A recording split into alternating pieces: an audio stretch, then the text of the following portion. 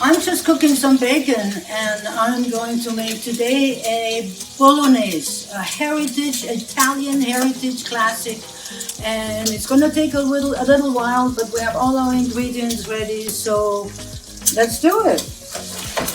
Bolognese. So I've got my bacon here. It should be actually pancetta, so we're not quite following our heritage recipe.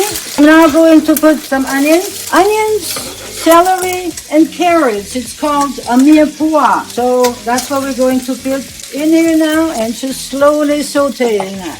So we have sauteed our mirepoix. That's gone nice and transparent. I don't really want it brown. Now I'm starting to put in my ground. I've ground beef and I've got ground pork. About evened it out, same amount. It'll be about close to a kilo here. Now I want to brown this meat on all sides. There's no garlic in this dish, which is interesting enough, but it's has been under heritage, this recipe, since 1986 in Bologna, which is in the northern part of Italy, because people were messing it up so much. So now you want to call a Bolognese sauce. It's actually not called a Bolognese sauce in Italy. It's called a Ragu. So they don't even know a Bolognese. So spaghetti Bolognese doesn't exist either. Because first of all, you should have tagliatelle or large, broad noodles with it. Nothing ever very skinny. Anyway. So this is taking nicely the shape I want it to take. As I mentioned, Bolognese or Ragu takes a few hours to do, compared to a beef stew that we can make in 15 minutes. I have a recipe for that and a video. I'll send the link up here. Anyway, we've got, now putting in a couple of bay leaves. I'm going to put in my tomatoes now. Now you can put canned tomatoes in, plum tomatoes, whole ones, mash them up if you want. I prefer the fresh ones. And I'm also going to add in here a bit of the passata sauce, which is nothing like a vegetable, it's like a pureed tomato, the equivalent of a can. I'm going to put that in, stir it up, and then I'm going to add some salt and some stock. And also at this time I'm going to put in tomato paste. Quite a bit if you're not using the canned tomatoes. Probably 2-3 tablespoons will be fine. And then we're stirring this all up. And we keep stirring this and keep stirring this. We put a lid on it and we'll stir this every 15-20 minutes. Now I'm going to put some red wine in. You can also put some white wine in.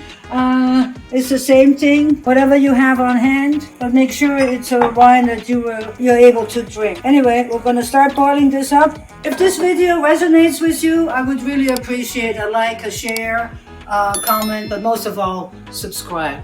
Alright, it's been like about not quite an hour. I have put some herbs in there, rosemary.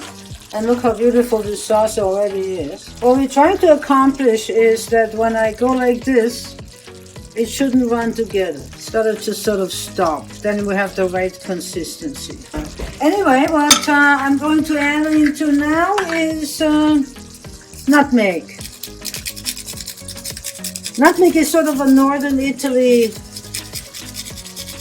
herb. You won't find that in the south that much. We're going to put in, that's really odd, but that's a heritage recipe and it works. It's absolutely fantastic. So I have here some milk, slowly pour in. Makes it a little bit creamier. It's one of those recipes, so we're going to probably take another hour or so and then we're going to have our sauce ready.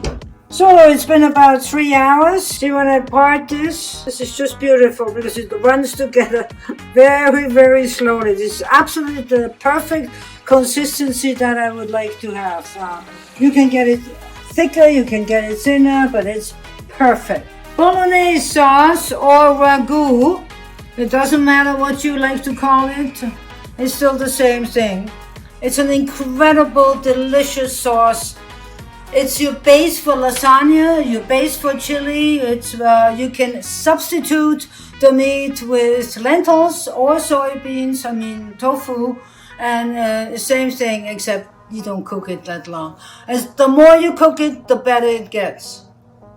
Remember to be fearless in your kitchen.